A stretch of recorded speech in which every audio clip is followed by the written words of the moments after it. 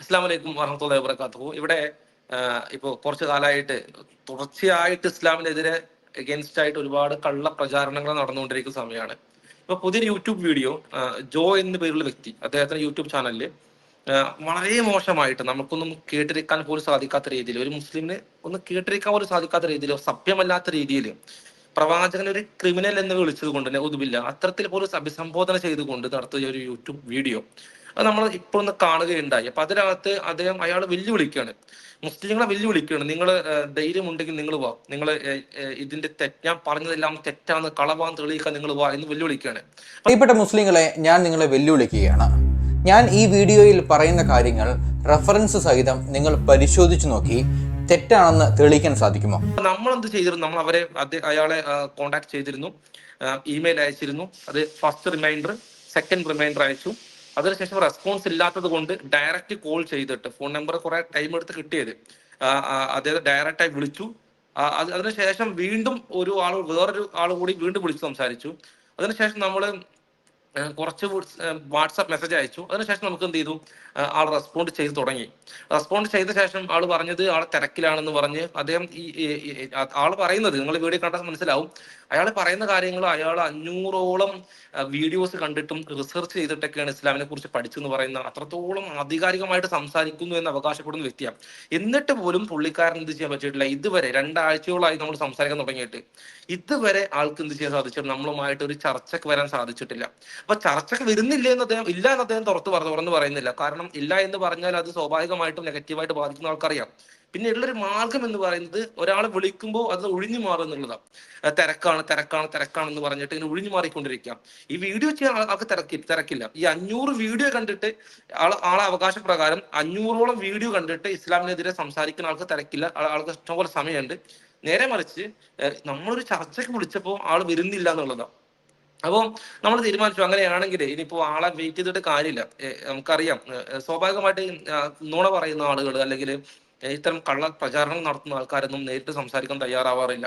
അപ്പൊ നമ്മൾ ആളെ വെയിറ്റ് ചെയ്തിട്ട് കാര്യമില്ല. അപ്പൊ അങ്ങനെയാണെങ്കിൽ ആരാണ് ഇദ്ദേഹം, ഇയാൾ ആരാണെന്നും നമ്മളൊന്ന് എക്സ്പ്ലെയിൻ ചെയ്യണമെന്ന് വിചാരിച്ചുകൊണ്ടാണ് നമ്മൾ തുടങ്ങിയിട്ടുള്ളത്. അപ്പൊ ഇത് ആദ്യത്തെ റിപ്ലൈ വീഡിയോ ആണ്. ഇതിന് ശേഷം വീണ്ടും ഇൻഷാ അല്ലാഹ് ഓരോരോ ക്ലിപ്പായിട്ട് അയാൾ ഒരുപാട് ആരോപണം പറഞ്ഞിട്ടുണ്ട്. അതായത് നമ്മൾ ആലോചിച്ച് നോക്കണം, ഒരു ആരോപണം പറയാൻ എളുപ്പമാണ്, പക്ഷെ ആ ആരോപണത്തിന് മറുപടി കൊടുക്കുക എന്ന് പറയുമ്പോൾ ടൈം എടുക്കും. അപ്പോൾ ഇങ്ങനെ പറഞ്ഞിട്ടുള്ള ഓരോ ആരോപണങ്ങൾ, ഇപ്പൊ ഒരു എക്സാമ്പിൾ പറയുകയാണെങ്കിൽ, ഒരാൾ പറയണം ഒരാളുടെ പിതാവ് വ്യഭിചാരിയാണെന്ന് പറഞ്ഞാൽ അത് പറഞ്ഞ് നാട്ടിൽ മൊത്തം പറഞ്ഞു നടന്നിട്ടുണ്ടെങ്കിൽ അതിന് ആൻസർ ചെയ്യുമ്പോൾ ആ കുടുംബം ഒരുപാട് ടൈം എടുക്കും, അത് അനുഭവിക്കും. അവർ പോലീസ് കേസ് കൊടുക്കേണ്ടി വരും. ആ പോലീസ് അതിനെ ആരാണ് ഈ പ്രചരണം നടത്തി അന്വേഷിക്കും. പിന്നെ ഈ പിതാവ് ഇങ്ങനെ മനുഷ്യനല്ല എന്ന് ടെസ്റ്റിമോണിയൽ എവിഡൻസ് മറ്റുള്ള ആൾക്കാർ പറയുന്നത് അത് ചിലപ്പോൾ അവിടെ ഉപയോഗിക്കേണ്ടി വരും. തുടങ്ങി ഒരുപാട് പ്രയാസങ്ങളിലേക്ക് പോകും. അപ്പൊ ആരോപണം പറയാൻ ആർക്കും പറ്റും.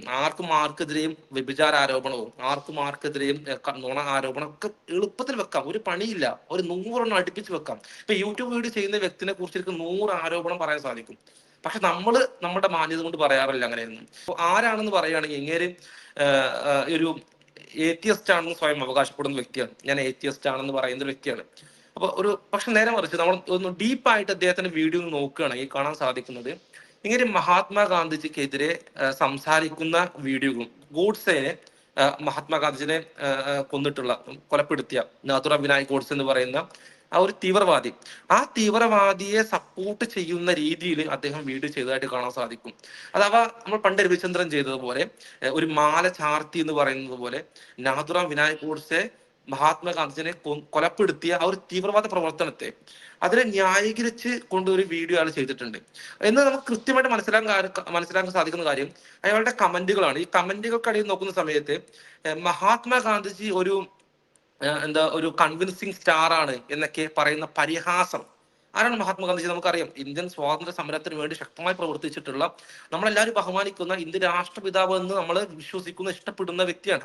ആ മഹാത്മാഗാന്ധിജി ആ നിസ്സഹകരണ പ്രസ്ഥാനം, അതേപോലെ തന്നെ ദണ്ഡി യാത്ര നടത്തി ഈ ബ്രിട്ടീഷുകാർക്ക് ശക്തമായ രീതിയിൽ പ്രവർത്തിച്ച വ്യക്തി. അദ്ദേഹത്തെ പോലുള്ള ആയിരക്കണക്കിന്, പതിനായിരക്കണക്കിന്, ലക്ഷക്കണക്കിന് ആൾക്കാരുടെ പ്രവർത്തന ഫലമായിട്ട് നമുക്ക് ഈ സ്വാതന്ത്ര്യം കിട്ടിയിട്ടുള്ളത്. എന്നിട്ട് ഈ സ്വാതന്ത്ര്യം കിട്ടിയ ശേഷം അന്ന് ഈ പറഞ്ഞ ബ്രിട്ടീഷുകാരുടെ കൂടെ നിൽക്കുകയും ഇപ്പൊ വന്ന ശേഷം ഇപ്പോ ഇത്തരം സ്വാതന്ത്ര്യ സമര സേനാനികളെ കാണുമ്പോൾ പ്രയാസം ചെയ്യുന്ന ആളുകൾ, അത്തരത്തിൽപ്പെട്ട ഒരാളാണ് ഇദ്ദേഹം. ഒരു കമന്റ് കാണാൻ സാധിക്കും, Gandhi is A convincing star, Jikku master എന്ന് പറഞ്ഞൊരു കമന്റ്, ഒരു വ്യക്തിയാണ് കമന്റ് ഇട്ടത്. അപ്പോൾ നമുക്ക് ഇയാൾക്ക് വേണ്ടി പറയാം അതെല്ലാം ഫേക്ക് അക്കൗണ്ട് എന്ന് പറയാം, ആയിക്കോട്ടെ. പക്ഷെ ഇയാളെ സപ്പോർട്ട് ചെയ്യാണ്. അപ്പൊ അയാൾ ലൈക്ക് കൊടുക്കുകയാണ്, അതിന് സ്മൈലി കൊടുക്കുന്നു, കളി അവഹേളിക്കുന്നു, ഒപ്പം തന്നെ ആ പറഞ്ഞ വ്യക്തിക്ക് ലൈക്ക് കൊടുക്കുന്നു. അപ്പം ലൈക്ക് സുരേഷ് കൃഷ്ണ എന്ന ഒരു സിനിമ ആക്ടർ നമുക്കറിയാം, അദ്ദേഹത്തിന്റെ പേരിലാണ് ഇപ്പം കൺവിൻസിങ് സ്റ്റാർ എന്ന് അറിയപ്പെടുന്നത്. അപ്പൊ ആ കൺവിൻസിങ് സ്റ്റാർ എന്ന് പറയുന്ന ആ ഒരു തമാശ, ആ ഒരു ജോക്ക്, അത് ഗാന്ധിജിയെ മേലെ കൊണ്ടുപോയി വെക്കുക എന്നുള്ളതാണ് ഇവിടെ ചെയ്യുന്നത്. അപ്പൊ ഇതാണ് വ്യക്തി. അതായത് ഒന്ന് മനസ്സിലാക്കുക, സവർക്കർ യുക്തിവാദിയാണ്. മഹാത്മാഗാന്ധിജിയെ കൊന്ന നാഥുറാം വിനായക് ഗോഡ്സെ എന്ന് പറയുന്ന തീവ്രവാദിയെ സപ്പോർട്ട് ചെയ്യുന്ന വ്യക്തിയാണ്. അതുപോലെ തന്നെ അതിനെല്ലാം ഇത്തരത്തിലുള്ള കമന്റുകൾക്കെല്ലാം ലൗചികം കൊടുത്തുകൊണ്ടും ഇത്തരത്തിൽ അവഹേളനം നടത്തിക്കൊണ്ടൊക്കെ സപ്പോർട്ട് ചെയ്യുന്ന വ്യക്തിയാണ്. എന്തിനാണ് അദ്ദേഹം തൻ്റെ മരുമക്കളോട് തൻ്റെ ഒപ്പം നഗ്നരായി കിടന്നുറങ്ങാൻ ആവശ്യപ്പെട്ടത്? താഴ്ന്ന ജാതിക്കാരോട്, പ്രത്യേകിച്ച് കറുത്ത വർഗ്ഗക്കാരോട് ഗാന്ധിയുടെ സമീപനം വളരെ നീചമായിരുന്നു. ഇത് മാത്രമല്ല, ഇദ്ദേഹത്തിന്റെ ലക്ഷ്യം എന്താന്നുള്ളതാണ്. ഒന്നാമതായിട്ട് ഒരു $50 ഒരാൾ കൊടുക്കുകയാണ്. നിങ്ങളൊന്ന് ആലോചിച്ച് നോക്കുക, $50 ഒരാൾ ഡൊണേറ്റ് ചെയ്യാണ് ഇയാളെ വീഡിയോ കണ്ടപ്പോൾ. ഏത് വീഡിയോ കണ്ടപ്പോൾ? ഇസ്ലാമിനെ അവഹേളിച്ചുകൊണ്ട് ഇസ്ലാം പ്രാകൃത മതമാണ്, ഇസ്ലാം തീവ്രവാദത്തിന്റെ മതമാണ്, ഇസ്ലാം ലൈംഗിക അരാജകത്വത്തിന്റെ മതമാണ് എന്ന് പറയുന്ന ഒരു വീഡിയോ ചെയ്തപ്പോൾ ഒരു വ്യക്തിക്ക് എന്ത് ചെയ്തു? അവന് ഓർഗാസം കിട്ടിയപ്പോൾ അവൻ എന്ത് ചെയ്തു? അവന് നേരെ $50 കൊടുക്കുകയാണ്. അല്ലെ, ഫാൻസ് ഓൺലി പരിപാടി, ആ പരിപാടി ഇവിടെ ചെയ്യുന്നത്. അപ്പോൾ അവന് $50 അവന് കൊടുത്തു. $50 എന്ന് പറഞ്ഞാൽ ഏകദേശം US$ആണ്, ഏകദേശം 4000 രൂപ വരുന്നുണ്ട്. ഒരു പണിയെടുക്കാതെ വെറുതെ വായിട്ടലച്ചിട്ട് തീവ്രവാദ സംസാരിച്ചിട്ട് വർഗീയത പച്ചക്ക് വിളിച്ചു പറഞ്ഞിട്ട് അവന് കിട്ടുന്നത് ഒരു വീഡിയോ ചെയ്യുമ്പോൾ 4000 രൂപ കൊടുക്കുന്ന ആരാണ്? ഇതേപോലെ ഒരു ഓർഗാസം കിട്ടുന്ന മറ്റൊരു തീവ്രവാദി. നിങ്ങളൊന്ന് ആലോചിച്ച് നോക്കുക, ഒരു ദിവസം പണിക്ക് പോയിട്ട് ഒരു മനുഷ്യന് കിട്ടുന്നത് 800, 600, 700 രൂപയാണ്. ഇവിടെ കൂലിപ്പണിക്ക് പോകുന്ന ആൾക്കാർക്ക് എത്ര രൂപയാണ്? ഇവനെ പോലെയുള്ളമാര് പച്ചക്ക് വർഗീയത പറഞ്ഞുണ്ടാക്കുന്നത് എത്ര ലക്ഷക്കണക്കിന് രൂപയാണ് നിങ്ങൾ ആലോചിച്ച് നോക്കണം. അപ്പൊ ഇത്തരത്തിലുള്ള വരുമാന മാർഗമായിക്കൊണ്ട് അവർ വരുന്നത്. വേറൊരു വ്യക്തി $5 കൊടുക്കുന്നുണ്ട്, മറ്റൊരു വ്യക്തി 9.99, $10 തികച്ചു കൊടുത്തില്ല. ഇപ്പൊ ടാക്സ് അടക്കണം എന്ന് വെച്ചിട്ടായിരിക്കും തമാശ പറഞ്ഞ കേട്ടോ, ചിലപ്പോ അങ്ങനെ ഇരിക്കും. ഇങ്ങനെ ഇത് നമ്മൾ കണ്ട കുറച്ച് കമന്റ്സ് നമ്മൾ സ്ക്രീൻഷോട്ട് എടുത്തു വെച്ചതാണ്. ഇതല്ലാതെ എത്രത്തോളം ആളുകൾ ഫണ്ട് ചെയ്യുന്നുണ്ടാവും നിങ്ങളൊന്ന് ആലോചിച്ച് നോക്കുക, എത്ര ഫണ്ട് ചെയ്യുന്നുണ്ടാവും. ഇപ്പൊ ഇസ്ലാമിനെതിരെ അവഹേളനം നടത്തിയിട്ടുണ്ടെങ്കിൽ, റസൂലിനെതിരെ കുറ്റം പറഞ്ഞിട്ടുണ്ടെങ്കിൽ, ഇസ്ലാമിനെതിരെ വർഗീയത പ്രചരിപ്പിച്ചിട്ടുണ്ടെങ്കിൽ പൈസ കിട്ടുമെന്നതിന്റെ തെളിവ് ഇത് തന്നെയാണ്. തരീഫ് ഹുസൈൻ പറയുന്നത് കണ്ടല്ലോ, buy me cup of coffee എന്ന് പറയുന്നുണ്ട്, ഒരു ചായ വാങ്ങിത്താന്ന് പറയുന്നുണ്ട്. അപ്പൊ നമ്മുടെ നാട്ടിലൊക്കെ ഈ തെണ്ടി നടക്കുന്ന കുറെ ആൾക്കാർ വന്ന് ചോദിക്കുമല്ലോ, ചായ വാങ്ങിത്തരുമെന്ന് ചോദിക്കുമല്ലോ. അതായത് പണിക്ക് പോകാത്ത ആൾക്കാർ, നമ്മുടെ നാട്ടിൽ ഒരു പണിക്കും പോകാത്തവന്മാര് പണിക്ക് പോകുന്ന ആൾക്കാർക്ക് പോയിട്ട് ചായ വാങ്ങി തരൂ, ഒരു വട വാങ്ങി തരൂ.